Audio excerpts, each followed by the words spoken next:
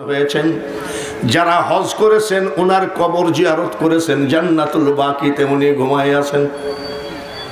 মুসলমান হয়ে গেল, জিজ্ঞাসা করে ভাতিজা শোনো, আমি তো তোমার কাছে মুসলমান হয়ে গেলাম, কয়টা প্রশ্ন করব, জবাব দাও। বলে চাচা যদি জানা থাকে তো জবাব দিব, নবীর জানা আছে কি নাই? আনা মাদিনাতুল ইলমি ওয়া আলিমুন বাবুহা। নবীর জবান দিয়ে বলছেন তামাম পৃথিবীর জ্ঞানের শহর আমি নবী, আর এই শহরের দরজা হলো আলী। বলেন ভাতিজারা, প্রথম দিন যেদিন দেখতে গেলাম লোক নাই জন নাই, কে যেন দোলনা দৌলায় দিচ্ছিল। ব্যাপার কি? নবীজি চোখের পানি ঝরাইয়ে কান্দে। কান্দিস কেন রে বেটা? না জানলে যে বলতেই হবে তা তো না। বলে আমি যে বলতে পারবো না তার জন্যে তো কান্দি না। বলে বলো। বলে চাচা, যার দুনিয়ায় বাবা আছে, গোসল করায়, খাওয়ায় দাওয়ায়, দোলনা দিয়ে দিয়ে মা ঘুম পড়ায়, কাজে ব্যস্ত হয়ে যায়। এইবার ছেলে যখন ঘুম ভেঙ্গে যায়, দোলনা থেমে যায়, বাবা বাবা করে চিল্লায় কান্দে, তখন যার যার বাবা এসে দোলনা দোলায় দেয়। চাচা আমার তো বাবা নাই, আমার মা আমিনা খাতুন আমাকে দোলনা দিয়ে ঘুম পড়ায় কাজে ব্যস্ত হয়ে গেল, আমি আস দোলনা থেমে গেল। এইবার আল্লাহ তাআলা বলে, জিবরাইল আমার হাবিবের মা আমিনা খাতুন কাজে ব্যস্ত আছে, দোলনা তো থেমে গেছে। আমার হাবিবি যদি বাবা বাবা করে কান্দে, আমি আল্লাহ কিন্তু সইতে পারবো না।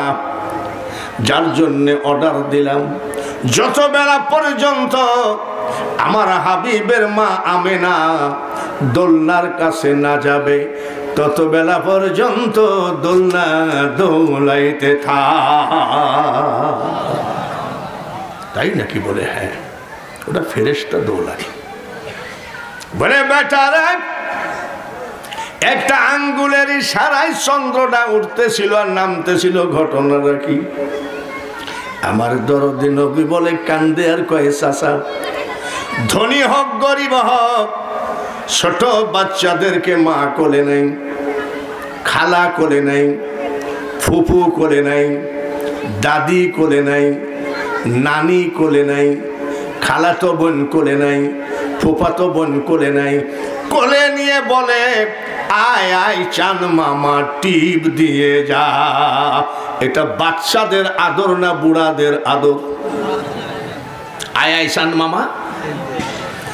চাচা জান,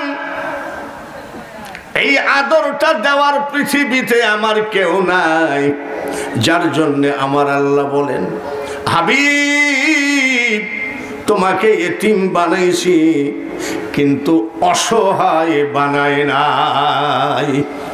বাচ্চাদের যত আদর আমি আল্লাহ সব তোমাকে দিয়ে দিলাম। জোরে বলেন মারহাবা। সেই নবীর উম্মত আমরা, খুশি না বেজার? একবার শুধু মুখে বললে খুশি হবে না, একটু দুরুদ পড়ে খুশি করা লাগবে। আল্লাহুম্মা, জোরে জোরে সাল্লি। এই শরীফে চা আছে গো,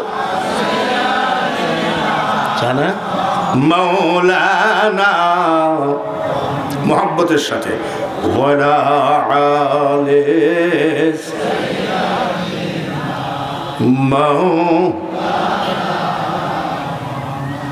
আপন আপন বলি রে মন,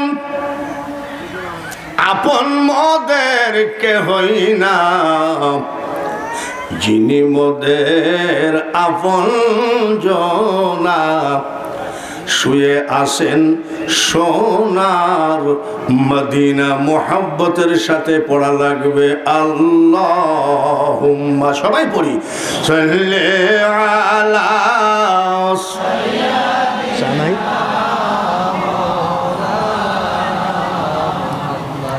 আলা আলে সাইয়্যিদিনা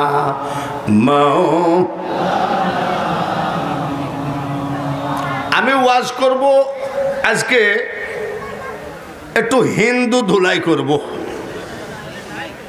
তার মানে এরা খুব বেশি বাড়াবাড়ি করতেছে। আজমির নাকি ওদের জমিনের উপরে, বাইতুল মুকাররম নাকি ওদের জমিনের উপরে। আর থাক, খাইয়ে কাজ পাও নেই।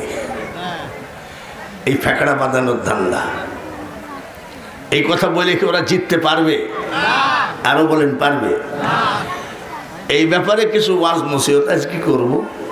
করার আগে, এখন কি কোনো নির্বাচিত সরকার আছে? এখন হলাম উপদেষ্টা, নাম কি? ডক্টর ইউনূস। ডক্টর ইউনূস নির্বাচন দিবেন, সরকার গঠন হবে, তখন আমরা বলবো যে আমরা এখন বর্তমানে বাংলাদেশ সরকার আছে, ঠিক কিনা? তো যখন ডক্টর ইউনূস নির্বাচন দিবে তখন কিন্তু আমাদের ভিতরে বহু নেতার আগমন হবে। আইসি আমি বলবে বিসমিল্লাহির রহমানির রহিম, আপনারা জানেন না হ্যান করেছি ত্যান করেছি, এরম করে আমাদের মাথায় কাঁঠালে ভেঙে খাই বার চলে যাবে, ঠিক কিনা? তো পিছনে আমরা যা ভুল করেছি আবার কি ভুল করতে চাই? জোরে কর। আমরা কি সোনার বাংলায় ভালো নেতা চাই না খারাপ নেতা?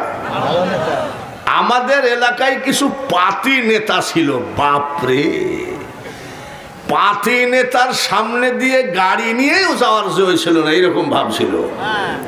তাহলে আমাদের এই সব নেতার দরকার না ভালো নেতার দরকার? ভালো নেতার দরকার। রাজি আছেন তো? কেমন ভালো নেতা? ইমানদার। কি বললেন? ইমানদার। সালমান এফ রহমানও তো বিশাল দাড়ি, অথচ দাড়ি মারি কাইটি পলাইতে যাইতে নৌকায় ধরা পড়ল। পরে শুনলাম যে ৩৬,০০০ কোটি টাকা শুধু ব্যাংকের থেকেই নিয়েছে। এ দুনিয়া দেখতে সুন্দর রে মানুষ, শুধু মায়ার ঘর। আইসো একা যাইবা একা, কিসের অহংকার রে বলো, কিসের অহংকার? অত টাকা দিয়ে কি হয়? ৩৬,০০০ কোটি টাকা ব্যাংকের থেকে লোন নিছে, নিলিয়ে নিলিতে দাড়ি কাটি পলালি কেন? জোরে বলেন ঠিক কিনা?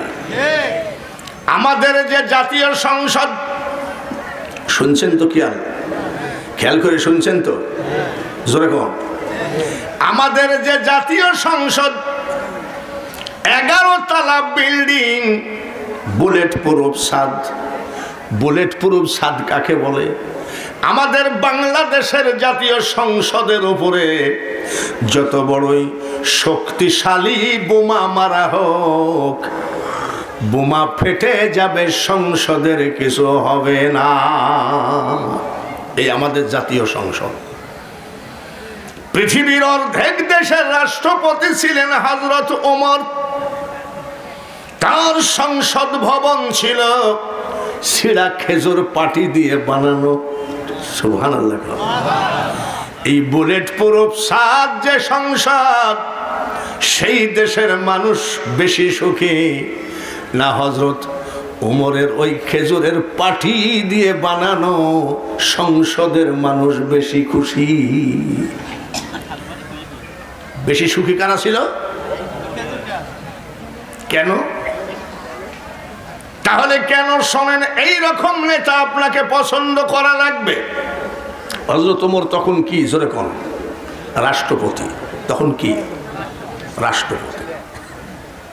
আগামীকাল ঈদ, আর আজকে ওনার স্ত্রী বলছে ছোট ছেলের একটা জামার জন্য কাঁদতেছিল। রাষ্ট্রপতির ছেলে কিসের জন্য কান্দে? কয়টা? একটা। রাষ্ট্রপতি হযরত ওমর বলেন, দেখছি, চেষ্টা করছি, ঠিক আছে, চেষ্টা করেন। অর্থমন্ত্রীর কাছে চিঠি লিখতেছে,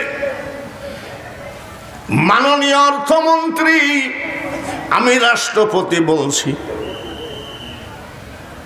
আমার ছোট ছেলেটা একটা ঈদের জামার জন্য কান্দে, আপনি আমার 1 মাসের বেতন দিয়ে দেন অগ্রিম, প্রতি মাসে মাসে কেটে নেবেন।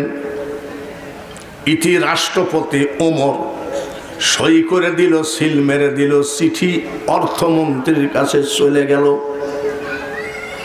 অর্থমন্ত্রী চিঠি পড়লেন। চিঠি পড়ার পরে অর্থমন্ত্রী চিঠি লিখতেছে, মাননীয় রাষ্ট্রপতি, আপনার চিঠি পড়ে আমি অবগত হলাম, কিন্তু 1 মাসের বেতন দেওয়া সম্ভব হলো না, তার কারণ এটা হলো গণতন্ত্র। গণতন্ত্র মানে কি? জনগণ আপনাকে রাষ্ট্রপতি বানাইছে, কালকে নাও বানাইতে পারে। তারপরেও যদি আপনি জনগণ আপনাকে রাখে, হায়াত মৌতের কথা বলা যাবে না। আপনি যদি মারা যান, এই টাকার দায় কে নেবে? যার জন্যে 1 মাসের বেতন আমার দ্বারাই দেওয়া সম্ভব হলো না, ইতি অর্থমন্ত্রী সিল মেরে রাষ্ট্রপতির কাছে পৌঁছায় দেয়। রাষ্ট্রপতি ওমর চিঠি পড়ে আর কান্দে। ওনার স্ত্রী বলছে, টাকা দেয়নি? বলে না। বলে টাকা দেয়নি তো কাঁদছো কেন? না হয় আগামী ঈদে হবে, কান্দার দরকার কি? রাষ্ট্রপতি হযরত ওমর কান্দে আর বলে, স্ত্রী রে, অর্থমন্ত্রী আমাকে 1 মাসের বেতন দেয় নাই, যার জন্যে আমি কান্দি না। বলে কেন কান্দো? আমি ওমর একটা যোগ্য অর্থমন্ত্রী পেয়েছি, যে অর্থমন্ত্রী পয়সার ব্যাপারে, টাকার ব্যাপারে রাষ্ট্রপতিকেও খাতির করে না। এই আনন্দে আমি কেঁদে ফেলেছি। আর আমাদের রাষ্ট্রপতি, আমাদের নেতারা সব টুপলা টাপলি বাইন্দি নিয়ে টাকার পাহাড়, একজন দাড়ি চাইছে পলাইছে, আরো যে কত বুরখা পরি পলাইছে ঠিক নাই। যত বড় হও না রে মানুষ তুমি, রাজা জমিদার,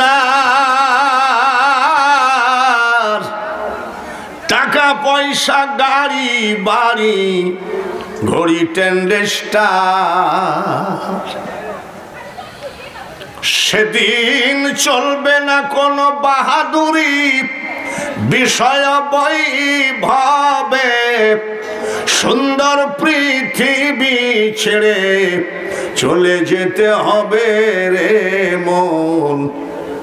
এমন রাষ্ট্রপতি কি আর আমরা পাবো? কি পাবো? পাবো? আমার মনে হয় না। রাষ্ট্রপতি ওমর এশার নামাজ পড়ে মুসল্লি সব চলে গেল। মুসল্লি চলে যাওয়ার পরে উনি কি করলেন? মসজিদের ভিতরে আলমারির থেকে রাষ্ট্রের একটা খাতা নিয়ে বাতি ধরায়ে, জয়তুন গাছের তেল দিয়ে বাতি ধরায়ে রাষ্ট্রের হিসাব করছে। সুবহানাল্লাহ। রাষ্ট্রের হিসাব করবে কেডা? রাষ্ট্রপতি। আর আমাদের রাষ্ট্রের হিসাব করে কেডা? কালকের হিসাবটা ঠিক রাখিস। ওকে বস, হিসাব শেষ। ওকে বস। আর রাষ্ট্রপতি নিজে হিসাব করছে বাতি ধরায়। হযরত আলী মসজিদে হাজির হয়ে গেলেন। হযরত ওমর জিজ্ঞেস করে, আলী নামাজ পড়ে চলে গেলেন, আবার আসলেন কেন? হযরত আলী বলে, ওমর এত চেষ্টা করলাম, ঘুমে ধরলো না, তাই আসলাম আপনার সাথে একটু বসে বসে একটু আলোচনা করি। আলহামদুলিল্লাহ, আমি খুশি হলাম যে আমার দয়ার নবীর জামাইয়ের সাথে আমি কিছু টাইম কথা বলতে পারছি। রাষ্ট্রপতি রাষ্ট্রের খাতাগুলো আলমারিতে তালা মারলেন। আসেন কথা বলি। সামনাসামনি বসার পরে কি নিবালেন? জোরে কর। মোমবাতি না রে বাবুরে, বাতি। অন্ধকার। হযরত আলী জিজ্ঞেস করে, ওমর আপনি যে বাতি নিবালেন, অন্ধকারে মুখ না দেখা গেলে কথা বলে শান্তি পাওয়া যায় নাকি? রাষ্ট্রপতি ডাক দিয়ে কয়, আলী বেয়াদবি হলে মাফ করবেন, এই তেলটুকু হলো রাষ্ট্রীয় তেল। কিসের তেল? রাষ্ট্রীয় তেল দিয়ে রাষ্ট্রের হিসাব করা যায়, কিন্তু ব্যক্তিগত আলোচনায় তেল খরচ করা যায় না। আমি বলছি যে সামনে নির্বাচন, আমাদের নেতাগুলো কেমন হতে হবে। বাইরে আমার ইয়ামিন শহর থেকে এক লোক সারা রাত এসেছে, রাষ্ট্রপতির বাড়ি খুঁজেছে। সুবহানাল্লাহ কোন? আমাদের দেশের রাষ্ট্রপতির বাড়ি খুঁজতে গেলে বঙ্গভবন, বঙ্গভবন, আর যেটা লুটতারাজ হয়েছে সেটা হলো গণভবন। রাষ্ট্রপতি তো আপনাদের পাবনারই ছেলে, তাই না? নাকি নাকি উনি পাল্টে গেছে নাকি? আছে।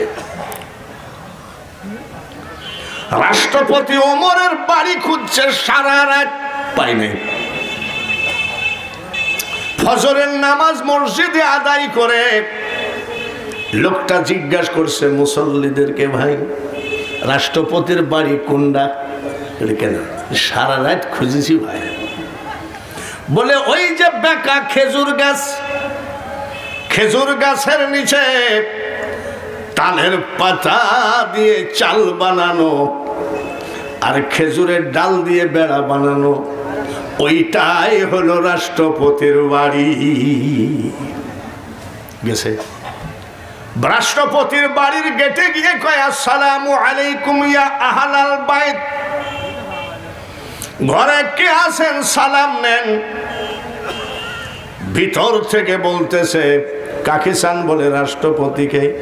বলে উনি ফজরের নামাজ পরে পানি আনতে গেছে। রাষ্ট্রপতি কি আনতে গেছে? আমাদের রাষ্ট্রপতি পানি আনতে যায় নাকি? এত কপাল আমাদের। কোন দিক ভাই? বলে এই দিক। সোজা যায় দেখে রাষ্ট্রপতি ওমর পানির কলস নিয়ে আসতেছে। এমন সময় লোকটা সালাম দিয়ে কয়, আপনি কি রাষ্ট্রপতি? বলে না, আমি ওমর। আমি ওমর, আপনার সাথে একটু কথা ছিল, সারা রাত আপনার বাড়ি খুঁজছি। বলে আমার বাসায় চলেন। বলে টাইম নাই। বলেন। বলছে কথাটা বলবো তো, এই যে পানির কলসটা ঘাড়ের থেকে নামায়ে রাখেন, তো নামায়ে এই জায়গায় রাখছে। বলে মাটিতে রাখেন। রাষ্ট্রপতি ওমর বলেন, না রে ভাই, না না, এই কলসটা আমি পুকুর থেকে পানি উঠাই, আর বডি ভিজে গেছে, এই মাটিতে যদি রাখি, ভিজা কলসের সাথে যদি এই বাড়ির মাটি চলে যায়, কিয়ামতের মাঠে ফামাইয়া আমাল মিসকালা যাররাতিন খায়রান ইয়ারা। যাররা যাররা হিসাব দিতে হবে, এই মাটিরও হিসাব দিতে হবে। রাষ্ট্রপতি ছিলেন হযরত ওমর। সুবহানাল্লাহ। আর আমাদের দেশে পাতি নেতার গরমে বাপ রে, এটা গরিব মানুষের মেয়ের বিয়ে হচ্ছে, বয়সও হয়ে গেছে, আইডি কার্ডও হয়ে গেছে। ওই গরিবের বাড়িতে এসে বলছে যে পুলিশ আসবে, 2000 টাকা দাও, তোমার মেয়ের বয়স হয় নাই। মুক্তিযোদ্ধার সময় আর মসি উঠে নাই, আর সে মুক্তিযোদ্ধার বিল তুলছে আর খাচ্ছে। বাইরে আমার, আমি কাউকে দোষী বানায় বলছি না। আমি বলছি না জামাত ইসলামের বিরুদ্ধে, বিএনপি, আওয়ামী লীগ, জাতীয় পার্টি, কারোর বিরুদ্ধে বলছি না।